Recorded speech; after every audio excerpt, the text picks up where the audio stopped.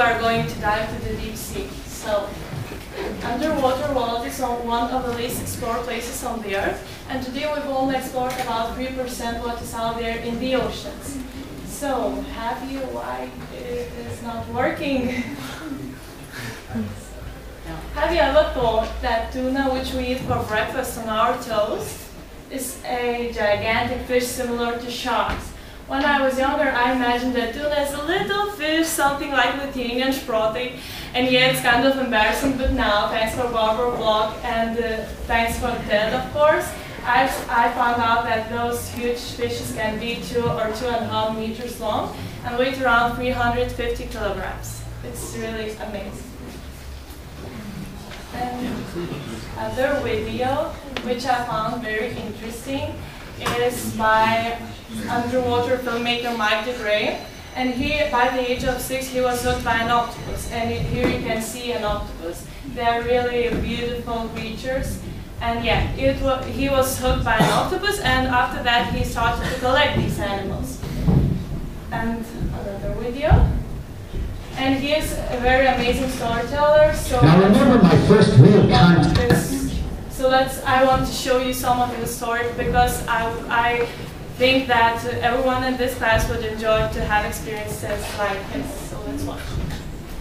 With octopus was probably at age 5 or 6. I was in the Gulf, and I was swimming around and saw a little octopus on the bottom. And I reached down and picked him up and immediately became fascinated and impressed by its speed, its strength and agility. It was prying my fingers apart, moving to the back of my hand. It was all I could do to hold on to this amazing creature. Then it sort of calmed down in the palms of my hands and started flashing colors, just pulsing all of these colors. And as I looked at it, it kind of tucked its arms under it, raised it into a spherical shape, and turned chocolate brown with 2 white stripes. I'm going, my gosh, I've never seen anything like this in my life. So I marveled for a moment and then decided it was time to release it, so I put him down. The octopus left my hands and then did the damnedest thing.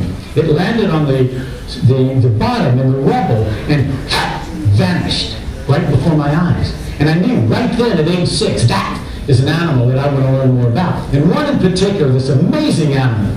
I went up to the front of the tank, and he's just staring at me. And he had little horns come up above his eyes.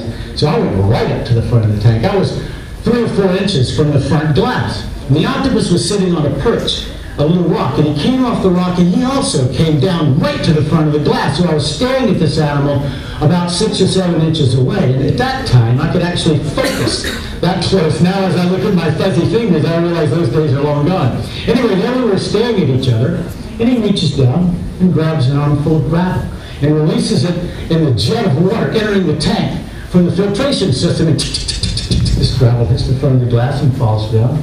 He reaches up, takes another armful of gravel, releases it, same thing. Then he lifts an arm. So I lift an arm, and he lifts another arm. And I lift another arm, and then I realized the octopus won the arms race because I was out and he had 6 left. Yeah, and I was also fascinated how those creatures underwater can adapt to their environment. And let's watch another video. This is an octopus. This is a work of Dr. Roger Hanlon at the Marine Biological Lab. And just fascinating how cephalopods can, with their eyes, incredible eyes, sense their surrounding, look at light, look at patterns. Here's an octopus moving across the reef, finds a spot to settle down, curls up, and then disappears into the background.